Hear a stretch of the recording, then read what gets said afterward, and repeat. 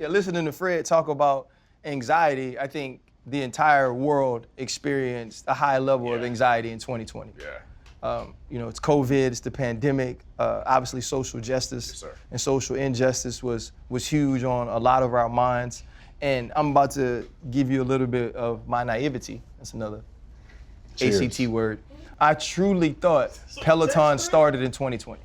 Oh, wow. Right? Because I was just like, man, I was like, who is this freaking genius? What's his name? Klein? I was like, who is this genius that decided to put a bike out that you could do at your house during COVID? I was like, this mother effer. I was like, this mother effer gonna be rich as hell. But then I realized I was stupid. But like during that time was when it seemed that Peloton instructors became stars and then became role models. And this is at a time where your guys' visibility was as high as anybody's in the world, because that's what people were going to for anxiety, for an escape. And you took time during 2020 to take to Instagram a few days after George Floyd was murdered and just share, that your life wasn't no effing hashtag. Yeah. And in a moment where it was, okay, AT can continue to build his stardom, what was it about you, your upbringing, your feelings, what you were going through that made that an important thing for you to do? That was probably one of the toughest times in my career. And I say that because joining Peloton late 2015, early 2016, I was the first black instructor at the company. So it was more for me than just signing and just having a new career. It was more like you have a certain responsibility to open these doors for other people to walk through after you walk through it. The term "those who can must," I stand by that. And after the George Floyd, Ahmaud Arbery, and just that heat of social injustice and Black Lives Matter movement, I went through a dark time, and a lot of people don't realize that. And I say that because I felt like I was, as the young kids say, capping, faking. Right. I was like, was I just faking the whole time? Like, I had to check myself of like, I came here with the intent to be the first black person in a lot of these people's households and inspire them to be like, let's look at, we view you different, let's look at the community different. Mm-hmm. How I articulate myself, how I teach, you love me, you respect me, respect my people, show love to my family. Like, why is it that I only get the love? And growing up, you think being the cool, token black guy is like a cool thing.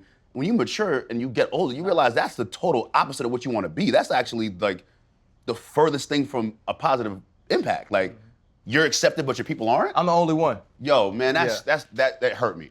That hurt me. And that's what it felt like during that moment of people being like, yo, AT, what are you talking about? Like, we love you. And I'm like, yeah, that's the problem. You love me, but you don't love my community the same.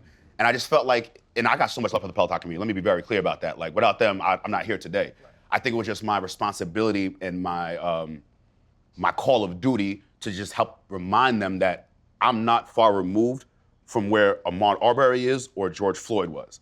And I just had to paint them a reminder, and the only way I could paint them a reminder is like, I drive my car. I'm in New York City, I'm an athlete. The minute I cross that Brooklyn Bridge or Williamsburg Bridge, for some reason, I get viewed differently. I don't want to put a name on that because I wouldn't do that to myself, but I get treated completely different. And I tell people all the time, like, what would happen, or how would you feel if you heard I get pulled over, a situation happens, I'm out there to teach your class the next morning? Mm. That's the only way I could help resonate with them. Like, I'm just not there. Not because I didn't show up, because I'm literally not there. Yeah. You know what I mean? And I think for people, I speak about my mom all the time, my family all the time. I'm like, I'm 30 years old, bro. I still text my mom sometimes when I get home, like, yo, mom, I'm home safe. And that's not because I need the validation of like, yo, mom, I'm home safe. It's to put her at ease of like, anything can happen at any given point, from when I leave the crib to when I go to work to when I go out to when I come home. Anything could happen. I think people forget making it home safe is a milestone. Like, a lot of people don't understand that. Like, wow. It's a blessing. It's a blessing, you know what I mean? Yeah. And it was in that moment, I kind of got lost, and I was like, all right, I gotta give the community something to help them understand where I'm coming from, my perspective, so they could just open up their eyes, open up the aperture to understand more. And because I have this platform, and because you're already listening to me, at that point, it's my job to provide you some sort of experience or information so you could understand a little bit more from this perspective. And I think, I hope we did a good job in that. I pray. I hope you did, man. With that, was there any fear of pushback? Because Without like question. even Kaepernick, yeah, you know what I'm saying? And NFL teams addressing that as people started kneeling and things like that. Yes, you're sir. in a whole different realm, but now you're using this platform to make a social movement. Yeah. Yeah. Like, what was that dynamic with the employers and all that stuff? Did anything negative come of it? Without question, a lot of negative came from it. I had people writing into my boss, my CEOs, the leadership saying I should be fired. But this goes back to why I even signed to join Peloton. And that's why I love them so damn much, because they give me the freedom to be like, no, you do what you do. We gonna support you, period. You're here for a reason, not a, like, what support do you need behind this statement? Like, versus, yo, be careful of what you're gonna say.